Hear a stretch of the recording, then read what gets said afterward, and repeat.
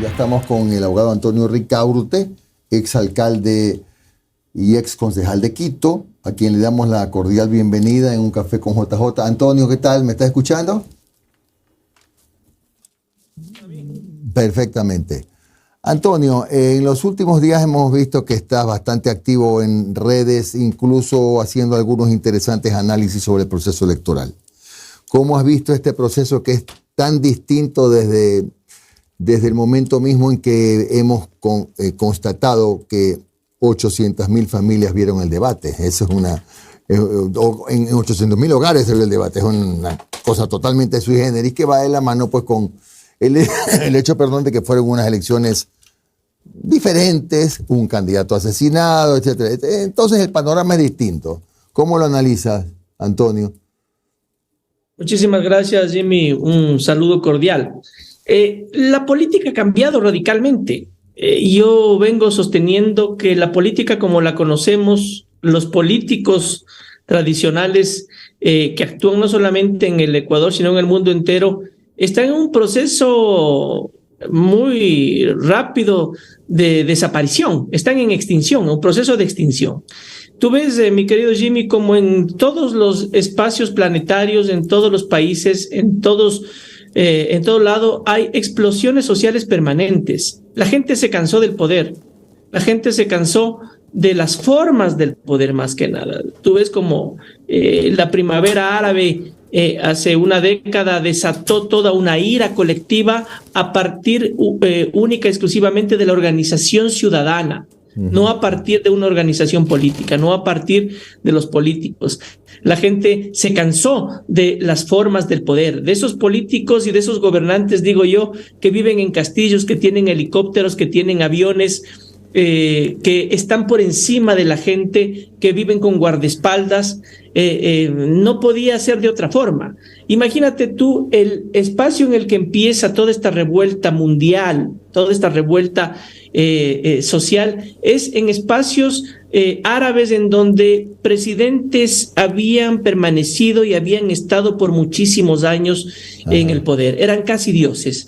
Y la ciudadanía se organiza y echa abajo regímenes que parecían intocables, como el de Muammar Gaddafi en Libia o de Hosni Mubarak en Egipto, y luego tú ves explosiones sociales en todas las latitudes del planeta. En Barcelona por el separatismo, los chalecos amarillos en París, en China, en Estados Unidos, en Chile, en Ecuador, en Bolivia, y todos los días hay explosiones sociales. La gente se cansó del poder, de los poderosos y de las formas de hacer el poder. Entonces, estas elecciones en el Ecuador nos cogen también en el medio de justamente este cambio de época, en medio de este cambio social.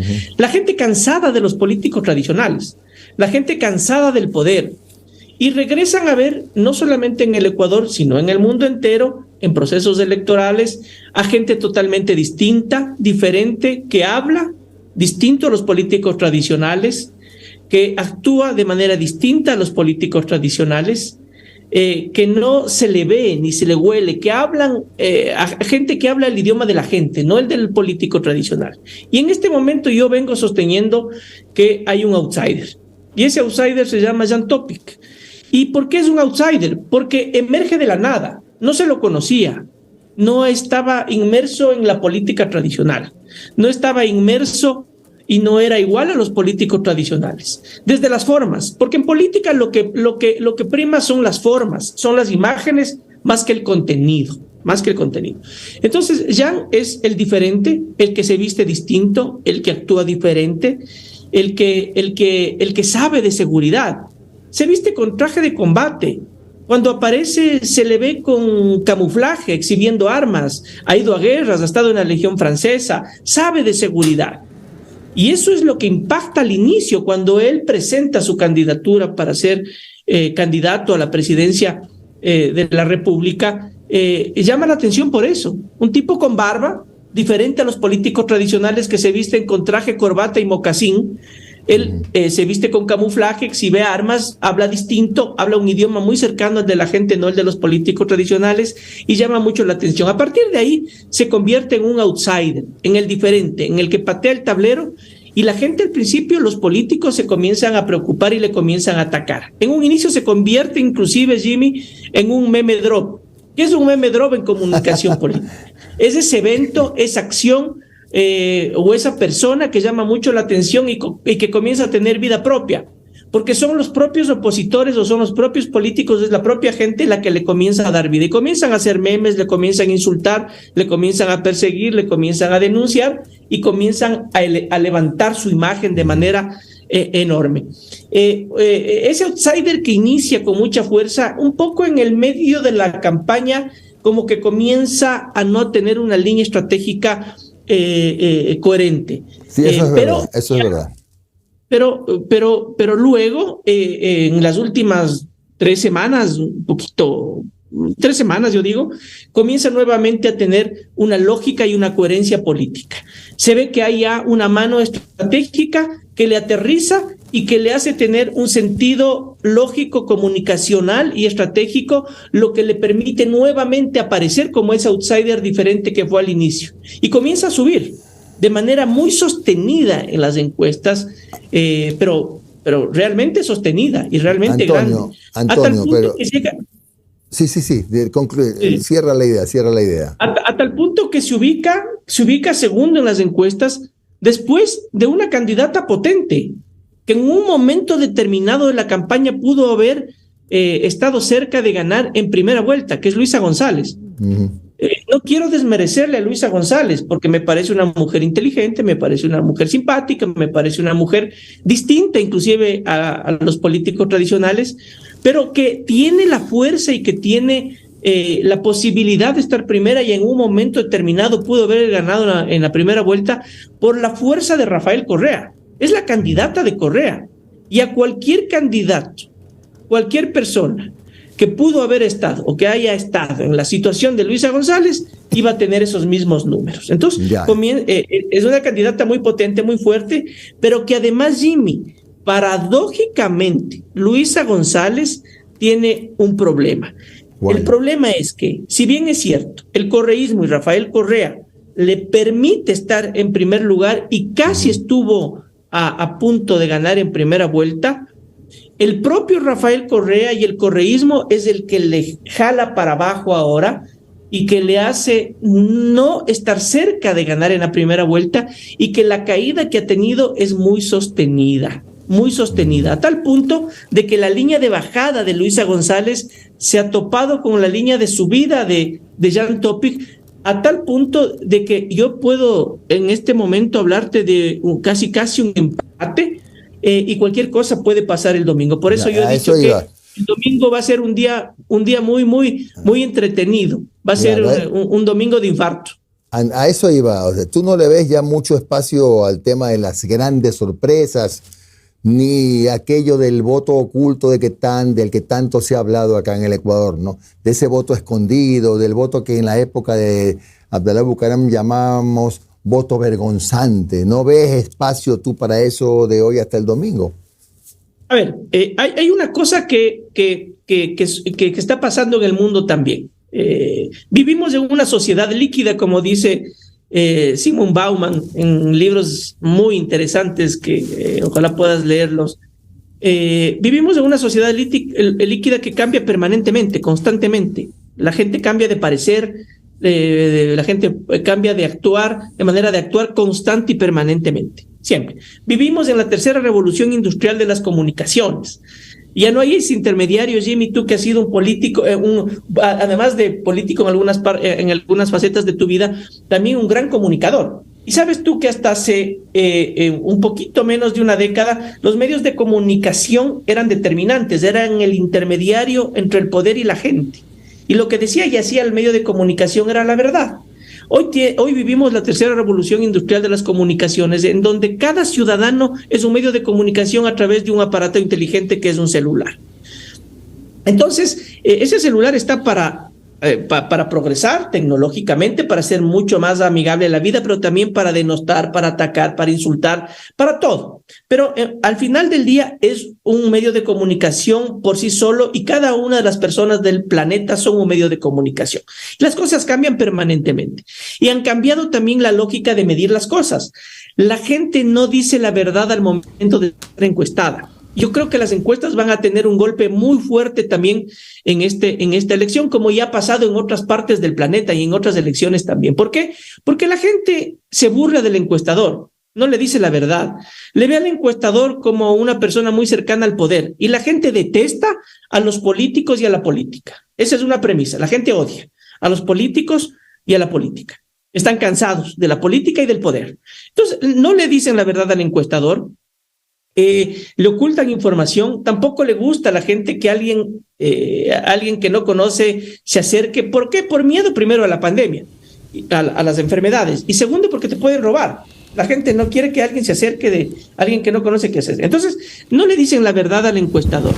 Entonces, lo que tú tienes que hacer hoy es cruzar información para poder tener un poco más de sentido de las cosas que pueden o no pasar. Entonces tú tienes que cruzar información de encuestas convencionales, información de focus group, que son las encuestas las encuestas cualitativas.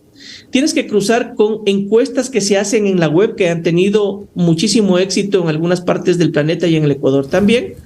Y cruzar con la data de la web, con sentimientos y conversaciones de la gente en toda la red, en toda la web.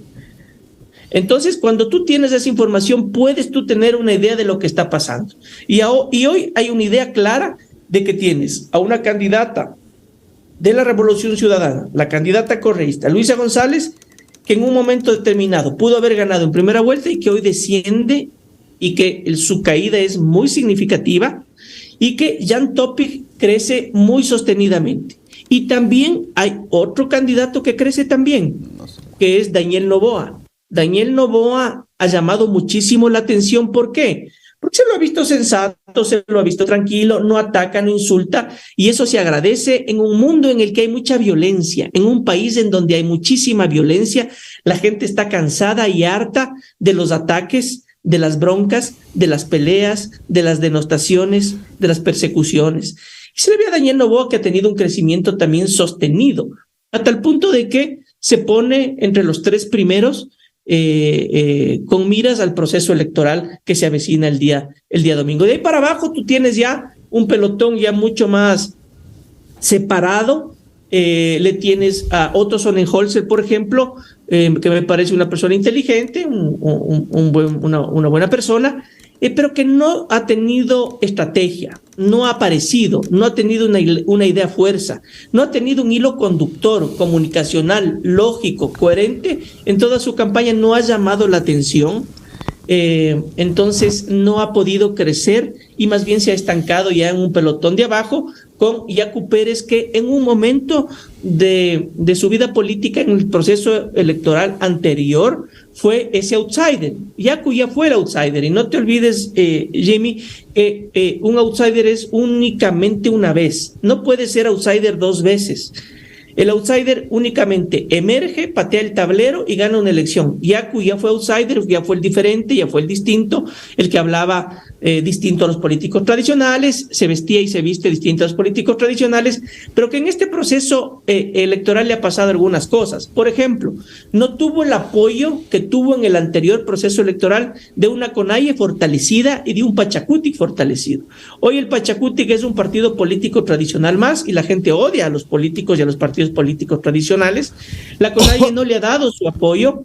Y más bien ha optado por rodearse de políticos tradicionales y de partidos políticos tradicionales que un poco le han acercado justamente a eso, a la política tradicional, Antonio, que la gente no quiere y que odia. Antonio, entonces, buen día. Ha perdido fuerza y tienes un elemento ahí muy importante, ¿no? Tienes un elemento ahí muy importante que fue la figura de Fernando Villavicencio. El asesinato de Fernando Villavicencio marca un hito en la historia de este país y en la historia política de este país. A partir de ese hecho lamentable, el país toma un giro totalmente distinto. Yo quiero comentarles que hasta hace 2 meses el 75%, voy a darles datos de Quito, no tengo nacionales, pero en la ciudad de Quito el 75% de la gente estaba ansiosa. No voy a hablar de depresión, porque depresión ya son ligas mayores, pero sí de ansiedad, y de muchísima ansiedad por falta de empleo, por falta de recursos económicos, la gente no tiene plata, por ansiedad y por incertidumbre en el futuro y por inseguridad. Imagínense ustedes, con el asesinato de Fernando Villavicencio, el Ecuador entero vive momentos de muchísima incertidumbre, de inseguridad y de muchísima desesperación. Y políticamente... Antonio, buen día. Omar Jaén te saluda. ¿Cómo estás? Hola Omar, qué gusto. Hola, Antonio. Quiero retrotraer a la parte en la que tú hacías el análisis de la política tradicional. Puedo compartir, pero, a ver, debemos partir de que lo nuevo no necesariamente es lo mejor. Y no me voy a anclar en lo nacional, me voy a ejemplos en el exterior. Durán Barba lo coge a un Mauricio Macri, que tenía potencia en Cava, en la ciudad de Buenos Aires, le corta el bigote, lo viste de una manera distinta, ya no hace reuniones con la tarima arriba, sino tarimas 360, le da un nuevo giro y lo presenta como el nuevo político, el no político, y mira lo que fue Macri. En Estados Unidos tuvimos al presidente reality show, y mira cómo quedó la democracia de Estados Unidos, las imágenes en el Capitolio. En Perú también llegó un no político, el señor Castillo, y mira lo que pasó. En Argentina está el no político, Milei, que gana las PASO, pero que quiere eliminar desde el Ministerio de Salud pasando por el Ministerio de Educación. Entonces, sí creo que hay que también plantar y analizar, ¿no? No necesariamente lo nuevo, lo contestatario, lo tradicional es lo bueno. Tienes toda la razón, Omar, pero de lo que estamos hablando en este momento es de un proceso electoral y de las posibilidades que tiene la gente de ganar. Yo no te estoy diciendo que los que vayan a ganar vayan a ser buenos presidentes o no, porque yo tengo ahí una convicción totalmente, es una convicción mía, y es que cualquiera que llegue no va a poder solucionar los problemas del país. Cierto es. Cualquiera que llegue no va a poder hacer las cosas que este país necesita.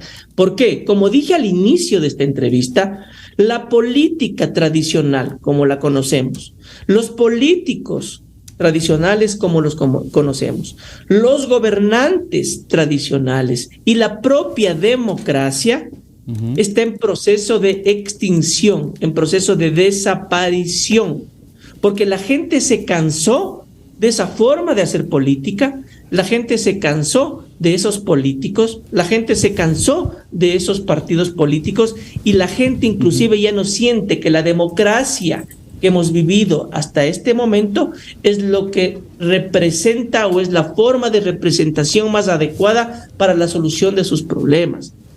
Principalmente por las formas del poder. La gente ya no quiere ver a esos gobernantes que tienen aviones, helicópteros, guardaespaldas, que viven en castillos, que tienen carros con chofer, que tienen toda una parafernalia. Se cansó de esos políticos de traje, corbata y mocasín. Entonces tú me dirás, muy bien, ¿y entonces qué hacemos?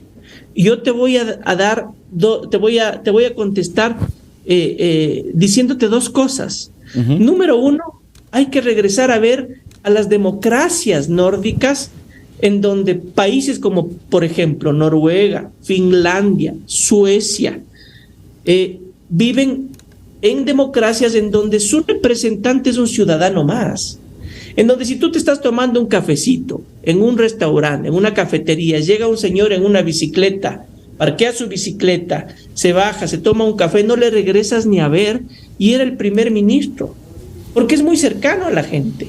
Y esas democracias parlamentarias en donde se hacen mayorías y en donde un representante es el primer ministro y si es que no sirve se le baja, se le sienta en su curul y asume otro, es lo que en un principio vamos a tener que ir aprendiendo, vamos a tener que ir hacia allá. Pero Antonio, vuelvo y te repito, sí, y te digo algo más. Omar, La gente, como está cansada de eso, vota por los distintos, pero eso no te asegura que sean buenos gobernantes. Por supuesto. Antonio, yo quiero sacar esa última parte que tomas el ejemplo escandinavo, ¿no? Tú dices, cuando alguien no cumple, se lo siente en su curul, muchísimas gracias, vamos a nuevas elecciones, porque allá, por ejemplo, en España estamos a puertas de nuevas elecciones, por cierto, si no pueden conformar nuevo gobierno. Pero, por ejemplo, aquí, en Ecuador, cuando se le quiso hacer la revocatoria de mandato a Guillermo Lasso, o se le quiso hacer el juicio político a Guillermo Lasso, atentado a la democracia, golpistas, déjenlo gobernar. Tú acabas de dar este ejemplo, ¿no? Cuando alguien no cumple, se lo tiene que sentar y se tienen que hacer nuevas elecciones para buscar a alguien que cumpla. Pero aquí tenemos una maquinaria mediática de opinólogos, de gente que hace opinión en medios de comunicación, que cuando le tocan a su representado, dicen que es un atentado y un golpe a la democracia. Entonces, yo creo que también no solamente son los partidos políticos los que tienen que mejorar, que lo tienen que hacer y tienen que renovarse. Si sigues cantando canciones de los años 60 de la Revolución Cubana, va a ser bien complicado que puedas llegar al electorado nuevo, ¿no? Yo lo entiendo. Pero también hay otro en el círculo, ¿no? El círculo mediático, el círculo de la opinión pública, también tiene que dar carta abierta a la democracia. Pues y la democracia también es poder destituir a un presidente cuando no cumples. Es que lo que pasa es que no estamos acostumbrados a ese tipo de democracias a las cuales estamos haciendo referencia, de las nórdicas. Aquí sí privilegia mucho a la persona y eso no tiene sentido alguno. Yo, por ejemplo, soy un ex político en recuperación. Yo tengo vergüenza de haber hecho política como la hice. Yo no podría volver a hacer política porque ya no creo ni en la política ni en los políticos. Hay un tema que creo yo que hay que mencionar. Para hacer política hay que estar enfermos. Hay que estar enfermos de ego, de vanidad. Y quien está enfermo de ego y de vanidad siempre va a privilegiar su visión, va a privilegiar su ego, va a privilegiar su vanidad. Yo estoy convencido que ningún político, ninguna persona que esté en un proceso electoral para ocupar un espacio de gobierno llega para solucionar los problemas de la gente o llega con la convicción de poder ayudar al país. Llega con la convicción de autosatisfacer su ego y su vanidad, simple y llanamente. Maquiavelo decía que quien busca poder busca por tres cosas. Busca por dinero, busca por sexo o busca para trascender, o sea, por este ego, por esta vanidad. Entonces yo no creo en la política y en los políticos. Por eso es que estamos camino a una nueva forma de democracia, a una nueva forma de gobiernos, a una nueva forma de representación, a una nueva forma de política, a otro estilo de hacer política, a tener otros políticos, otros gobernantes, e inclusive voy a decir una cosa que puede resultar una herejía, y que me dirán, bueno, ya Ricaurte se volvió loco. No, yo creo que dentro de muy poco tiempo vamos a suplantar a los gobernantes y a los políticos con inteligencia artificial. Ya pasa en muchas partes del mundo. Noris Arroyave te saluda. Sí, arriesgada la declaración. Antonio, Gabriel Fabián nos escribe en el superchat y te quiere hacer una pregunta. Retomando un poco tus declaraciones del descenso del correísmo en esta última semana, ¿de qué manera el correísmo le bajó puntos a Luisa? Es la pregunta de Gabriel Fabián y me parece oportuna. ¿Qué crees que fue lo que pasó que generó esta caída de la que tú mencionas? A ver, ahí te hablé hace un momento de una paradoja. Esa paradoja del por qué Luisa González estuvo siempre en el primer lugar, a punto inclusive de poder ganar en la primera vuelta. Y era porque ese correísmo y Rafael Correa, a quien arrope, a quien apoye, siempre va a tener una fuerza importante en este país. A Rafael Correa, los enemigos, los opositores, los opinólogos y algunos medios de comunicación y periodistas se han encargado de hacerle víctima y mártir en este país. Rafael Correa existe porque le convirtieron en mártir. En una elección pasada a la alcaldía de la ciudad de Quito, hacíamos focus group Y la gente en el centro, norte, sur de la ciudad, estratos populares, medios altos, jóvenes de mediana edad y de edad avanzada, todos repetían una cosa y decían: ¿por qué le patean en el suelo a Rafael Correa? ¿Por qué le victimizan? Y ese es un hecho fundamental. Ok, pero ¿qué crees que pasó en esta campaña en específico que generó esta caída y que permitió también que otros candidatos remonten, por decirlo de alguna forma? O sea, es por esta paradoja. Entonces, Rafael Correa, victimizado, potente, fuerte, el personaje con más imagen positiva del país, pero al mismo tiempo, por ser tan preponderante, por ser tan fuerte y por ser una imagen demasiado presente, opacó a Luisa González con sus declaraciones. A partir del asesinato de Fernando Villavicencio, empezó un ataque desmesurado en contra del correísmo y Rafael Correa. El 25% de la población le culpaba del asesinato de Fernando Villavicencio, cosa que a mí me parece por demás injusta, porque se ve claramente que el asesinato de Fernando viene de las mafias del narcotráfico. Sin embargo, y con este término, Antonio, una segunda vuelta se habla de que es inminente. En una segunda vuelta, los actores que lleguen, ¿qué es lo que deben de ajustar o cuál es el mensaje con el que deben llegar para que el electorado los mire? Tener estrategia. Un candidato que no tiene estrategia no puede ganar una elección. Entonces tú tienes que tener primero información de encuestas serias que te dan la idea de lo que está pasando, de lo que siente, de lo que cree la gente.